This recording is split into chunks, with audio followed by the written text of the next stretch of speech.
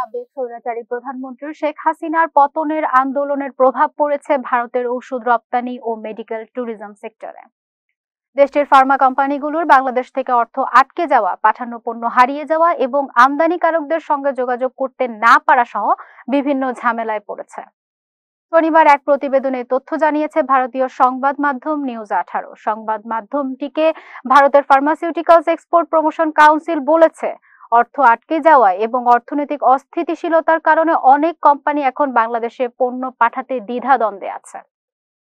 প্রতিষ্ঠানটির মহাপরিচালক রাজু ভানু বলেছেন, বাংলাদেশের রাজনৈতিক অস্থিতিশীলতার কারণে ভারতীয় ফার্মাসিউটিক্যাল শিল্প, যেটি ওষুধ এবং সংশ্লিষ্ট পণ্য রপ্তানি করে, বড় ধরনের চ্যালেঞ্জের মুখে পড়েছে, যার মধ্যে আছে বকেয়া অর্থ, পণ্য সরবরাহ এবং অর্থনৈতিক স্থিতিশীলতার বিষয়টি।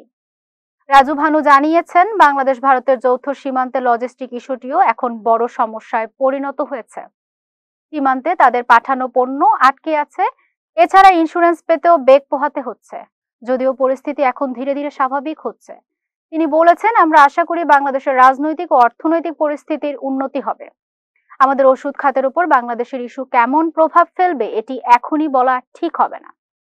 বাংলাদেশের ওষুধ পণ্যের যে পরিমাণ চাহিদা রয়েছে সেটির 30% আসে ভারত থেকে।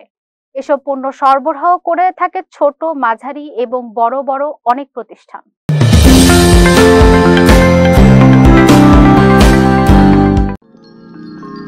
You are watching Raj TV, Jagorone, Bangladesh. Please subscribe our channel.